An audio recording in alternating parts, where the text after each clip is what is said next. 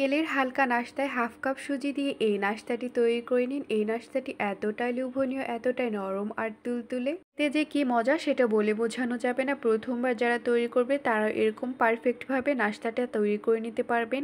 কেউ বানাতে পারবে। এই নাস্তাটা এতটাই লোভনীয়। এই নাস্তাটা বিকেলে যদি হালকা খিদে লাগে তাহলে বিকেলে হালকা নাস্তায় এই নাস্তাটি রাখতে পারেন। চায়ের সাথে বা বিকেলে নাস্তায় খাওয়ার জন্য অবশ্যই এই নাস্তাটি রাখতে পারেন। হাতের কাছে থাকা উপকরণ দিয়েই কিন্তু এই নাস্তাটি তৈরি করা যায়। আসসালামু আলাইকুম everyone, welcome back to my channel. বিকেলে নাস্তাটি তৈরি করার জন্য প্রথমেই রুম টেম্পারেচারে থাকা একটি ডিম নিয়ে নিচ্ছি। অবশ্যই কিন্তু রুম টেম্পারেচারে থাকা ডিম ব্যবহার করতে হবে। ফ্রিজে থাকা ডিম একদমই ব্যবহার করবেন না, তাহলে কিন্তু এই নাস্তাটা একদমই শক্ত হয়ে যাবে। আর যাদের ডিম পছন্দ না তারা কিন্তু টক দই দিয়েও এই নাস্তাটি তৈরি করে নিতে পারবেন। সেক্ষেত্রে 1 কাপ টক দই ব্যবহার করতে হবে। আপনারা চাইলে হাফ কাপ টক দই ব্যবহার করতে পারবেন। এরপর 1/3 কাপ চিনি দিয়ে দিচ্ছি। আপনারা যদি মিষ্টিটা একটু বেশি খান তাহলে কিন্তু আপনারা চিনিটা বাড়িয়েও দিতে পারবেন। এরপর 1/3 কাপ নর্মাল পানি দিয়ে দিচ্ছি। আপনারা নর্মাল পানির পরিবর্তে লিকুইড গরুর দুধটা ব্যবহার করতে পারবেন অথবা গুঁড়া দুধটা ব্যবহার করতে পারবেন। 1/4 কাপ রান্না করা রেগুলার সাদা তেলটা দিয়ে দিচ্ছি। এর চেয়ে বেশি তেল ব্যবহার করবেন না। খুব বেশি যদি তেল ব্যবহার করেন তাহলে কিন্তু নাস্তাটি একদমই চুপসে যাবে। এরপর একটু হুইস্কের সাহায্যে খুব ভালোভাবে মিশিয়ে নেব যাতে করে চিনিটা খুব ভালোভাবে গলে যায়। আপনাদের ঘরে যদি এরকম একটু হুইস্ক না থাকে তাহলে কাঁটা চামচের সাহায্যে খুব ভালো করে মেশাতে পারবেন। খেয়াল রাখবেন যাতে করে চিনিটা খুব ভালো করে গলে যায়। যে পর্যন্ত চিনিটা না গলবে সে পর্যন্ত কিন্তু হুইস্ক করতে থাকবেন। হুইস্কের সাহায্যে 2 থেকে 3 মিনিটের মতো খুব ভালো করে বিট করে নেওয়া হয়ে গেছে। চিনিটাও কিন্তু খুব ভালো করে গলে গিয়েছে। এরপর হাফ কাপ আটা দিয়ে দিচ্ছি। আপনারা চাইলে আটার পরিবর্তে ময়দা ব্যবহার করতে পারবেন। হাফ কাপ সুজি দিয়ে দিচ্ছি। আপনারা চাইলে যে কোনো ব্র্যান্ডের সুজি ব্যবহার করতে পারবেন। আমি এখানে কোনো প্রকার ভাজা সুজি ব্যবহার করিনি, কাঁচা সুজিটাই ব্যবহার করেছি। এরপর হুইস্কের সাহায্যে আবারও খুব ভালো করে মিশিয়ে নেব। এমনভাবে মিশিয়ে নেব যাতে করে মেশানোটা একদম স্মুথ হয়, যাতে করে কোনো রকম দলা পাকিয়ে না যায় বা গোটা জাতীয় না হয়। হাতে সময় নিয়ে খুব ভালো করে মেশাতে হবে। হুইস্কের সাহায্যে খুব ভালো করে মেশানো হয়ে গেছে। দেখতেই পাচ্ছেন মেশানোটা যেন একদম স্মুথ হয়েছে। এরপর কাঁচা ডিমের যে একটা গন্ধ আছে সেটা দূর করার জন্য 2 চামচ লেবুর রস দিয়ে দিচ্ছি। আপনারা চাইলে ভ্যানিলা এসেন্স, এলাচের গুঁড়ো করেও দিতে পারবেন অথবা কমলা রসও দিতে পারবেন অথবা আপনাদের ইচ্ছে মতো যে কোনো ফ্লেভারই কিন্তু অ্যাড করতে পারবেন।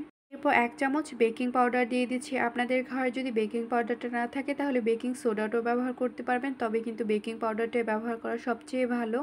এরপর হুইস্কের সাহায্যে বেকিং পাউডার ও লেবুর রসটাকে মিশ্রণের সাথে খুব ভালোভাবে মিশিয়ে নেব। হুইস্কের সাহায্যে লেবুর রস ও বেকিং পাউডারটাকে খুব ভালোভাবে মেশানো হয়ে গেছে। এরপর নাস্তাটিকে বসানোর জন্য আমি এখানে রাউন্ড শেপের একটা মোল্ড নিয়েছি। মোল্ডের মধ্যে অল্প একটু তেল দিয়ে খুব ভালো করে ব্রাশ করে নিচ্ছি। আপনারা চাইলে যে কোনো স্টিলের বাটিতেও এই নাস্তাটি তৈরি করে নিতে পারবেন। তেলটা মোল্ডের মধ্যে খুব ভালো করে ব্রাশ করে নেওয়া হয়ে গেলে এরপর মোল্ডের সাইজে একটা কাগজের টুকরো কেটে রেখেছিলাম, সেই কাগজের টুকরোটা মোল্ডের মধ্যে এভাবে করে সেট করে দেব। এইভাবে করে দেওয়ার কারণ হচ্ছে এতে করে কেকটা কিন্তু নিচে একদম লেগেও যাবে না বা পুড়েও যাবে না, খুব সহজে উঠে আসবে। এরপর বেটারটা মোল্ডের মধ্যে এভাবে করে ঢেলে দেব। বেটারটা মোল্ডের মধ্যে ঢেলে দেওয়ার পর মোল্ডটাকে এভাবে করে কয়েকবার ট্যাপ করে নেব। এতে করে যদি কোথাও গ্যাপ থাকে সেটাও কিন্তু ফিল আপ হয়ে যাবে। এরপর নাস্তাটাকে বসানোর জন্য চুলায় একটি প্যান বসিয়ে দিয়েছি। প্যানের মধ্যে এভাবে করে মোলটাকে বসিয়ে দেব। আপনারা চাইলে যে কোনো কড়াইতেও কিন্তু এই নাস্তাটা বসাতে পারবেন। এরপর চুলার আঁচটা লো টু মিডিয়াম হিটে রেখে 1 ঘন্টার জন্য বেক করে নেব। আপনাদের হয়তো বা কম বেশি সময় লাগতে পারে, কারণ সবার চুলার আঁচটা কিন্তু একরকম নয়। 1 ঘন্টা পর আমি ঢাকনাটা খুলে নিচ্ছি, দেখিয়ে দিচ্ছি নাস্তাটা ঠিক কতটা পারফেক্ট হয়েছে। দেখতেই পাচ্ছেন নাস্তাটা কিন্তু অনেকটা ফুলে গেছে। এরপর একটি কাঁটা চামচের সাহায্যে চেক করে নিচ্ছি। কাঁটা চামচটি যদি ক্লিন আসে তাহলে বুঝতে হবে নাস্তাটা একদম পারফেক্ট হয়েছে। এখন নাস্তাটা প্যান থেকে নামিয়ে ঠান্ডা করে নেব। নাস্তাটা প্যান থেকে নামিয়ে খুব ভালো করে ঠান্ডা করে নেওয়া হয়ে গেছে। এরপর ছুরির সাহায্যে চারপাশে এভাবে করে কেটে দিচ্ছি। এতে করে কিন্তু বের করে আনতে খুবই সহজ হবে। ছুরি দিয়ে চারপাশে খুব ভালো করে কেটে নেওয়ার পর এরপর একটি প্লেট নিয়ে নিচ্ছি। প্লেটের মধ্যে এভাবে করে নাস্তাটাকে ডিমোল্ড করে নেব। দেখতেই পাচ্ছেন নাস্তাটা ডিমোল্ড করা ঠিক কতটা সহজ। এরপর উপরে যে কাগজের টুকরোটা আছে সেটা হাত দিয়ে এভাবে করে ছাড়িয়ে নেব। আপনারা শুধু নাস্তাটা লুকটা একটু দেখুন কতটা লোভনীয়, মাশাআল্লাহ। সুজি দিয়ে তৈরি নাস্তাও যে এতটা লোভনীয় হয় সেটা বলে বোঝানো যাবে না। আপনারা দেখা মাত্রই কিন্তু খেতে চাইবেন এই নাস্তাটা। এখন আমি ছুরির সাহায্যে নাস্তাটাকে কেটে নিচ্ছি। আপনারা আপনাদের ইচ্ছে মতো যে কোনো সাইজে কিন্তু নাস্তাটাকে কেটে নিতে পারবেন। বিকেলে হালকা খিদে পেলে বিকেলে নাস্তায় অথবা চায়ের সাথে খাওয়ার জন্য অথবা বাচ্চাদের টিফিনেও কিন্তু এই নাস্তাটি দিতে পারবেন। একদম পুষ্টিকর একটা নাস্তা হবে বাচ্চাদের জন্য। নাস্তাটিকে এখন আমি আপনাদেরকে একটু ভেঙে দেখাচ্ছি ভেতরটা ঠিক কেমন হয়েছে। আপনারা দেখতেই পাচ্ছেন নাস্তাটা ঠিক কতটা নরম আর তুলতুলে হয়েছে, কতটা স্পঞ্জি হয়েছে। এই নাস্তাটা যে কতটা লোভনীয় সেটা আপনারা দেখেই বুঝতে পারছেন।